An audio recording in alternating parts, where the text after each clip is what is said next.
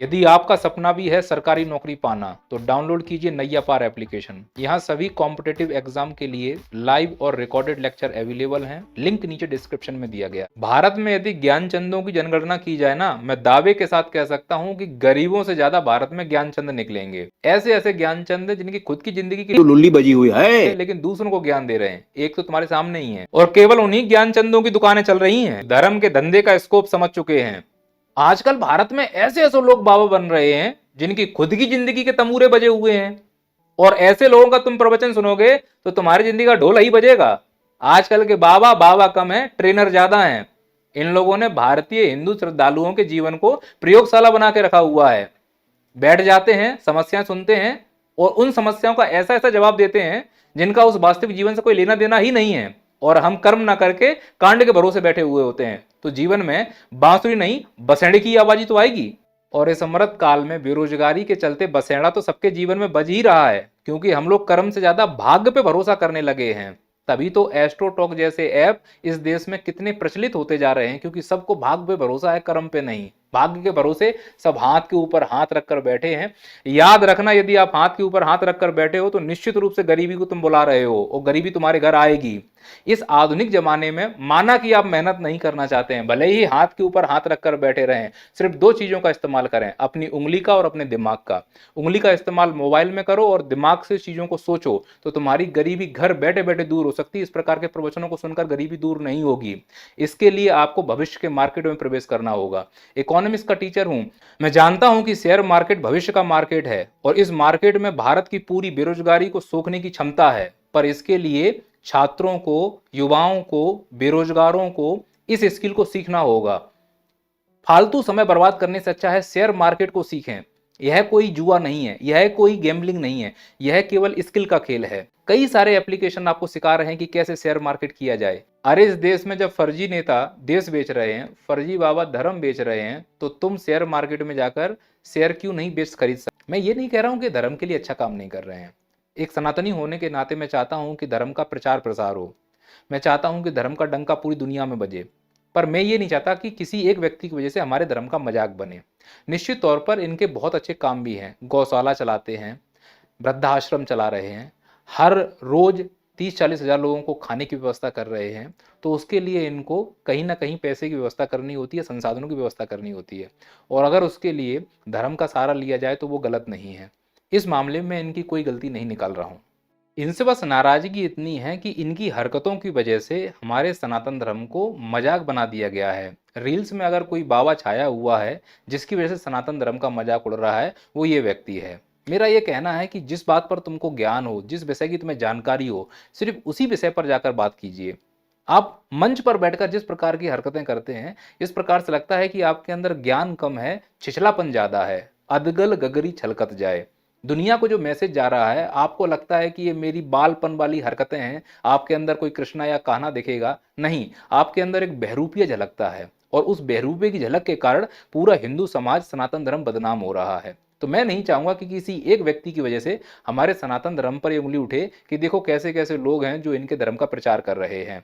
यदि आपको सच में धर्म ग्रंथों का ज्ञान है तो आप उन धर्म ग्रंथों को, ज्ञान को ही टू द पॉइंट लोगों तक पहुंचाएं। आप सामाजिक समस्याओं को सुनते हैं और उन सामाजिक समस्याओं के जो जवाब देते हैं वो बड़े ही हास्यपद होते हैं। ऐसा लगता है कि आपको समाज का कोई ज्ञान ही नहीं है, और फिर जो चीजें बोलते हैं उस पर खरे भी नहीं उतर पा रहे होते हैं। जैसे एक बार इन्होंने ये कहा था कि मैं बिग बॉस में नहीं जाऊंगा। आप खुद सुनिए। क्यों कि जो शेर होता है ना, वो कभी कुत्तों की दौड़ में सम्मिलित नहीं होता। शेर कुत्तों से रेस क्यों लगाएगा? वहां तो लड़ने झगड़ने वाले, भौंकने वाले कुत्ते हैं। और फिर यही व्यक्ति बिग बॉस में जाकर पहुंचता है और सफाई क्या देते हैं कि हम गीता का प्रचार करने गए। अच्छी जगह सब जाते हैं, हम बुरी जगह गए। इन्हें ये नहीं मालूम कि गीता में एक व्यक्तित्व जिसका नाम है भीष्म पितामह, आजीवन प्रतिज्ञा ली कि शादी नहीं करेंगे और आजीवन अपनी बात पर अडिग रहे। ये व्यक्ति 4 दिन अपनी बात पर अडिग नहीं रहा और इसको हमने ये ठेका दे दिया है कि ये व्यक्ति जाकर गीता का प्रचार प्रसार करे।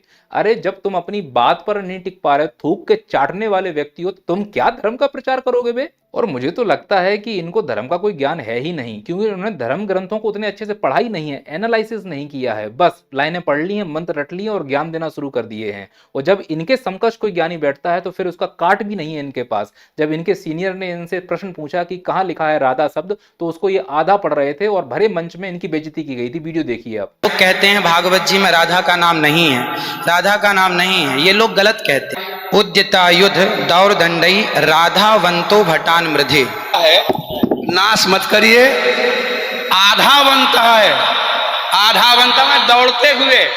चलो, जो मंच पर डिबेट हुई है राधा को लेकर, उसमें मैं मान लो कहीं ना कहीं गलत भी हो सकता हूं, लेकिन जो पंडालों में प्रश्न पूछे जाते हैं, जब कोई प्रश्न आउट ऑफ सिलेबस आ जाए तो इस व्यक्ति के पास उसका जवाब ही नहीं होता है। जैसे पंडाल में किसी ने प्रश्न पूछा था कि राम के मामा का क्या नाम है, आप सुनिए खुद ही जवाब इनका। श्री रामचंद्र जी के मामा जी का क्या नाम है? मामा जी से कोई काम था आपका? यह जानने की मुझे लालसा थी। बेटा, कौशल्या माँ की जो भाई थे उनके पिता का नाम तो आया है, कौशल नाम के राजा थे, उनके भाई का नाम कहीं शास्त्रों में आया नहीं है। कितना गोल मोल घुमा रहे हैं, क्योंकि नॉलेज नहीं है, उसका उत्तर ही नहीं है और हिम्मत भी नहीं है कहने की कि हमें नहीं मालूम, क्योंकि हम पढ़े लिखे है ही नहीं है। हम तो पता नहीं क्या करते थे, वो कहाँ आ गए। हमें तो बस बकवास करनी है, स्टेज पर आकर कुछ भी अनाप शनाप बोलते रहेंगे, लोग का मनोरंजन होता रहेगा। बाबा कम, मनोरंजन के साधन ज्यादा देख रहे हो। ऐसे ही पंडाल में एक बच्चे ने पूछा था कि जो हमारा जन्म है वो बंदर से हुआ है, इसके पीछे के इनके जवाब और उनकी बहस को सुनिए। कितना नादान लग रहा है ये व्यक्ति, वो अपने आप को संत कह रहा है। तो धीमे धीमे उनका स्ट्रक्चर चेंज होने लगा, उन लोग की जो पूंछ थी वो भी कम होने लगी और वो इंसान के रूप में धीमे धीमे आने लगे और होमोडाइंस प्रजाति से हम लोग इंसान बन गए, ऐसा साइंस मानता है। साइंस भी मान ही तो रहा है ना। साइंस भी कहता है कि होमोडाइंस जो है वह धीरे धीरे बंदर से मनुष्य हो गया। कोई प्रूफ है? मैंने एक फिल्म देखी थी, उस फिल्म का सीन आप देखिए। ऐसे लोगों के इन्फ्लुएंस में आके ही बच्चों की इस प्रकार की मानसिकता हो रही है, फिर धर्म और विज्ञान के बीच में लड़ाई होती है, उनके पीछे इसी प्रकार के अज्ञानी होते हैं। आप इस सीन को देखिए और समझिए कि किस प्रकार से लोगों को तैयार किया जा रहा है धर्म की आड़ में। आकाश में चंद्रमा धरती का चक्कर लगाता है और धरती सूर्य का। ये गलत बोल रहा है सर। धरती सूर्य का चक्कर कैसे लगा सकती है? धरती तो शेषनाग के सर पर विराजमान है। हम स्कूल नहीं जाएंगे, मास्टर लोग पगला गया है। कौन मास्टर? सबके साथ। हाँ, हम पागल, सबके सब मास्टर पागल, एक तुम ही हो जो समझदार हो। सही कह रहा हूँ। हाँ। पंडित जी की कहानी सुनाई थी राहु केतु वाली, हमको जोशन टपक दिया और कह रहा था कि धरती सूर्य के चारों ओर घूमती है, इस कारण सूर्य ग्रहण लगता है। और तो और कह रहा था कि धरती आकाश में लटका हुआ है। बता, कोई चीज आकाश में कैसे लटकी रह सकती है? और वो उधर कि शेषनाग के माथे पर धरती विराजमान है। पर मास्टर जी गलत थोड़ी ना पढ़ाएंगे। बकलोल है सबके साथ, कुछ नहीं आता उनको। और हाँ, बोल रहा था कि आदमी का जन्म बंदर से हुआ है। ये देखो, कोई अकल वाला आदमी ऐसे बात कर सकता है क्या? हमें क्या पता। हालांकि इनकी जो बचपने की हरकतें हैं उनका कोई अंत नहीं है। मैं बचपना इसलिए नहीं बोलूंगा क्योंकि यह मूर्खता की श्रेणी में आता है। आप कोई आम व्यक्ति नहीं हो, आप प्रतिनिधित्व कर रहे हो सनातन धर्म का। भाई यहाँ पर एक आईएएस भी होता है ना, जो एक जिले का प्रतिनिधित्व करता है, वो कितना मेंटेन रहता है। आप तो पूरे धर्म का प्रतिनिधित्व कर रहे हो, तो आपको अपना कितना डेकोरम रखना चाहिए था। लोग आपका सम्मान करें, बल्कि इसका उल्टा हो रहा है, लोग आपका मजाक बना रहे हैं। तुम्हारा व्यक्तिगत मजाक थोड़ा ना बन रहा है, सनातन धर्म का मजाक बन रहा है। ना जाने कितनी वायरल रील्स हैं, पूकी बाबा के नाम से जाने जा रहे हो सकता है तुम्हें शर्म ना आती हो, लेकिन तुम्हारे वीडियो देख के हम जैसे सनातनियों को शर्म आती है कि ऐसे लोगों को हमने ठेका दे दिया है, धर्म का प्रचार प्रसार करने में लगे हुए हैं। देखो, हिंदू धर्म को निभाने वालों की संख्या बहुत कम है और हिंदू धर्म को मानने वालों की संख्या बहुत ज़्यादा है। तो इस वीडियो के माध्यम से मैं केवल हिंदू धर्म को निभाने वाले सच्चे सनातनियों को ये मैसेज देना चाहता हूँ कि अब बहुत हुआ, हमें हमारे धर्म को मजाक बनने से रोकना होगा। हमें इस प्रकार के फर्जी बाबाओं को बायकॉट करना होगा। निश्चित तौर पर यदि धर्म के प्रति किसी को कोई काम करना है तो धर्म के अनुसार ही किया जाएगा। ऐसा कोई काम नहीं होना चाहिए जिससे हमारे सनातन का मजाक उड़े, जैसे कि इस पूकी बाबा की वजह से पूरी रील्स पर सनातन का मजाक उड़ रहा है। और साथ ही साथ आम जन में यह धारणा बनती जा रही है कि हिंदू धर्म तो धंधा की ओर जा रहा है। ऐसे लोगों को देखकर ही आने वाली पीढ़ियां धर्म की ओर आकर्षित हो रही हैं। जैसे कि इस लड़के को देख सकते हैं, इसका नाम अभिनय अरोरा है। यह मौका परस्त व्यक्ति है। अब इसकी कोई गलती नहीं है, इसके जो पेरेंट्स हैं वो कितने समझदार होंगे समझिएगा। उन्हें मालूम है कि इस महंगाई में एजुकेशन बहुत महंगी है। यूकेजी एलकेजी में अगर अच्छे स्कूल में एडमिशन कराओगे तो 2-2.5 लाख रुपए फीस है। अगर इसकी पूरी पढ़ाई की जाए तो 50-60 लाख रुपए साल का खर्चा होगा और जब यह बड़ा होगा, रोजगार की तलाश में जाएगा, तो इस देश में रोजगार कहीं मिलेगा नहीं। इससे अच्छा है जो पैसा पढ़ाई पर खर्च होना है वो पूरा ऐसी जगह इन्वेस्ट कर दिया जाए जिसमें रिटर्न अच्छे हों। और धर्म से अच्छा कोई धंधा है ही नहीं इस देश में। तो इसको तुम ध्यान से देखो। कभी यह बजरंगबली बन रहा है, मस्ती में अब रहता हूँ, सीताराम मैं कहता हूँ, गणेश जी की पूजा कर रहा है,